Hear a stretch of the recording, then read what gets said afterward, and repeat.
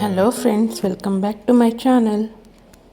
ಈ ವಿಡಿಯೋದಲ್ಲಿ ಆರೋಗ್ಯಕರವಾದ ನುಗ್ಗೆ ಸೊಪ್ಪಿನ ಪಚ್ಚಡಿ ಅಥವಾ ಚಟ್ನಿ ಅಂತಲೂ ಕರಿಬೋದು.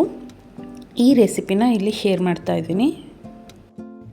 ಇದು ಟೇಸ್ಟ್ ಕೂಡ ಅಷ್ಟೇ ರುಚಿಯಾಗಿರುತ್ತೆ. ರೊಟ್ಟಿ, ಚಪಾತಿ ಹಾಗೆ ರೈಸ್ ಜೊತೆ ಕೂಡ ಚೆನ್ನಾಗಿರುತ್ತೆ ಟೇಸ್ಟು. ಬನ್ನಿ ಇದನ್ನು ಹೇಗೆ ಮಾಡೋದು ಅಂತ ನೋಡ್ಕೊಂಬರೋಣ. ಇದಕ್ಕೆ ಮೊದಲು ನಾನು ನುಗ್ಗೆ ಸೊಪ್ಪನ್ನ ನೀಟಾಗಿ ಬಿಡಿಸ್ಕೊಂಡು ತಗೊಂಡಿದ್ದೀನಿ. ಒಂದು ಹಿಡಿಯಷ್ಟು ನುಗ್ಗೆ ಸೊಪ್ಪನ್ನ ನೀಟಾಗಿ 2-3 ಸಲ ನೀರಲ್ಲಿ ತೊಳ್ಕೊಂಡು ಒಂದು ಜರಡಿಗೆ ಹಾಕಿಟ್ಟಿದ್ದೀನಿ. ಅದರಲ್ಲಿರೋ ನೀರೆಲ್ಲ ಕಂಪ್ಲೀಟಾಗಿ ಹೋಗಬೇಕು. ಒಂದು ಪ್ಯಾನ್ಗೆ ಈ ಸ್ಪೂನ್ನಲ್ಲಿ 2 ಸ್ಪೂನಷ್ಟು ಬಿಳಿ ಎಳ್ಳು, ಹಾಗೆಯೇ ಒಂದು ಅರ್ಧ ಸ್ಪೂನಷ್ಟು ಕೊತ್ತಂಬರಿ ಕಾಳನ್ನ ಹುರಿಯೋದಕ್ಕೆ ತಗೋತಾ ಇದ್ದೀನಿ. ಲೋ ಫ್ಲೇಮಲ್ಲಿ ಬಿಳಿ ಎಳ್ಳು ಚಟಪಟ ಸಿಡಿಯೋವರೆಗೂ ಹುರ್ಕೋಬೇಕು.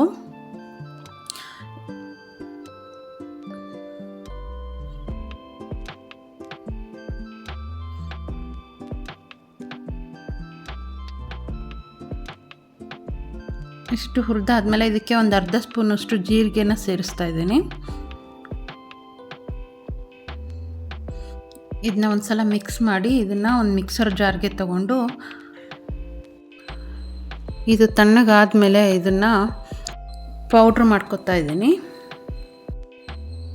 ನೋಡಿ, ಇಷ್ಟು ಪೌಡ್ರ್ ಆದರೆ ಸಾಕಾಗುತ್ತೆ.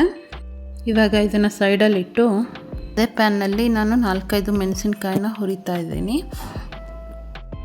ಇದು ಸ್ವಲ್ಪ ಖಾರ ಮುಂದೆ ಇದ್ದರೆ ಚೆನ್ನಾಗಾಗುತ್ತೆ. ಇದಕ್ಕೆ 1-2 ಸ್ಪೂನಷ್ಟು ಎಣ್ಣೆ ಹಾಕಿ ಫ್ರೈ ಮಾಡ್ಕೊಳ್ಳೋಣ.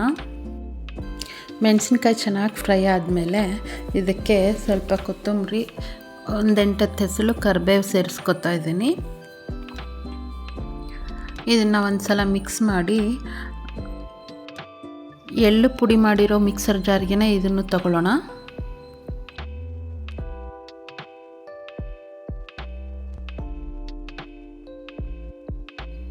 ಅದೇ ಪ್ಯಾನ್ಗೆ ಮತ್ತೆ ತೊಳೆದಿಟ್ಕೊಂಡಿರೋ ನುಗ್ಗೆ ಸೊಪ್ಪನ್ನ ಹಾಕಿ 1-2 ನಿಮಿಷ ಹುರಿತಾ ಇದ್ದೀನಿ. ಇದನ್ನು 1-2-3 ನಿಮಿಷ ಫ್ರೈ ಮಾಡ್ಕೋಬೇಕು. ಸೊಪ್ಪನ್ನು ನಾವು ಚೆನ್ನಾಗಿ ಫ್ರೈ ಮಾಡೋದ್ರಿಂದ ಅದು ಕಹಿ ಅಂಶನೂ ಕಡಿಮೆ ಆಗುತ್ತೆ. ಇವಾಗ ಇದಕ್ಕೆ 1 ಸ್ಪೂನ್ ಎಣ್ಣೆ ಹಾಕ್ಕೊಂಡು ಮತ್ತೆ 1 ನಿಮಿಷ ಫ್ರೈ ಮಾಡ್ಕೊತಾ ಇದ್ದೀನಿ. ಬೆಂದಿರೋ ಸೊಪ್ಪನ್ನ ಕೂಡ ಅದೇ ಮಿಕ್ಸರ್ ಜಾರ್ಗೆ ತೆಗೆದಿಟ್ಕೊಳ್ಳೋಣ. ಮತ್ತು ಅದೇ ಪ್ಯಾನ್ಗೆ ಒಂದು ದೊಡ್ಡ ಟೊಮೆಟೊನ ದೊಡ್ಡ ಪೀಸಾಗಿ ಕಟ್ ಮಾಡಿ ಇಟ್ಕೊಂಡಿದ್ದೀನಿ. ಅದನ್ನು ಹಾಕಿ ಹಾಗೆಯೇ ಸ್ವಲ್ಪ ಹುಣಸೆ ಹಣ್ಣು ಹಾಕ್ಕೋತಾ ಇದ್ದೀನಿ. ಹುಣಸೆ ಹಣ್ಣನ್ನು ಸ್ವಲ್ಪನೇ ಹಾಕ್ಕೋಬೇಕು. 1-2 ಸ್ಪೂನಷ್ಟು ಎಣ್ಣೆ ಹಾಕಿ ಇದನ್ನು ಫ್ರೈ ಮಾಡ್ಕೊಳ್ಳೋಣ.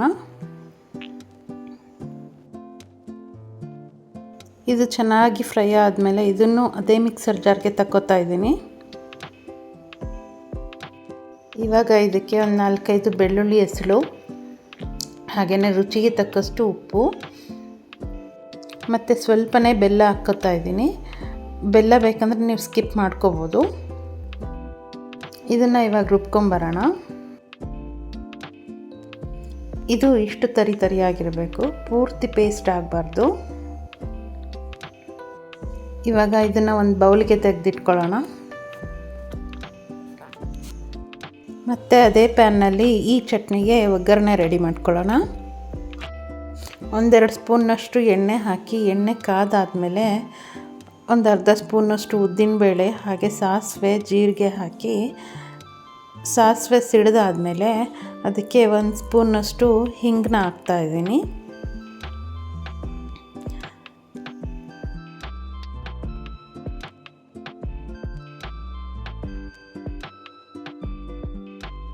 ಉದ್ದಿನಬೇಳೆ ಸ್ವಲ್ಪ ಬ್ರೌನ್ ಕಲರಿಗೆ ಬಂದಮೇಲೆ ಅದಕ್ಕೆ ಒಂದು 5-6 ಕರಿಬೇವಿನ ಎಲೆ ಹಾಗೆಯೇ ಒಣಮೆಣಸಿನ್ಕಾಯಿನ ಚಿಕ್ಕದಾಗಿ ಮುರಿದು ಹಾಕ್ತಾಯಿದ್ದೀನಿ. ಇದು 1 ನಿಮಿಷ ಫ್ರೈ ಆದಮೇಲೆ ಗ್ಯಾಸ್ ಆಫ್ ಮಾಡಿ ಇದಕ್ಕೆ ಚಿಕ್ಕದಾಗಿರೋ ಒಂದು ಈರುಳ್ಳಿನ ಈ ಥರ ದೊಡ್ಡದಾಗಿ ಕಟ್ ಮಾಡಿ ಇಟ್ಕೊಂಡಿದ್ದೀನಿ. ಅದನ್ನು ಇದಕ್ಕೆ ಸೇರಿಸಿ ಸ್ವಲ್ಪ ಫ್ರೈ ಮಾಡ್ಕೋಬೇಕು. ನಾನಿಲ್ಲಿ ಗ್ಯಾಸ್ ಆಫ್ ಮಾಡಿದ ಮೇಲೆ ಆನಿಯನ್ನ ಸೇರಿಸಿದ್ದೀನಿ. ಆನಿಯನ್ ಜಾಸ್ತಿ ಫ್ರೈ ಆಗಬಾರ್ದು. ಈ ಒಗ್ಗರಣೆನ ಚಟ್ನಿಗೆ ಸೇರಿಸಿ ಒಂದು ಸಲ ಮಿಕ್ಸ್ ಮಾಡ್ಕೊಳ್ಳೋಣ.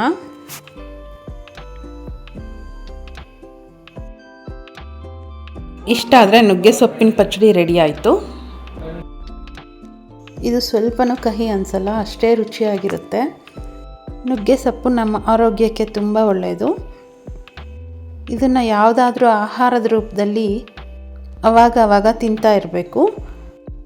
ಈ ನುಗ್ಗೆ ಸೊಪ್ಪಿನ ಪಚ್ಚಡಿನೂ ಒಂದು ಸಲ ಟ್ರೈ ಮಾಡಿ ನೋಡಿ. ಟೇಸ್ಟ್ ಹೇಗಿದೆ ಅಂತ ಕಾಮೆಂಟ್ ಮಾಡಿ ತಿಳಿಸಿ.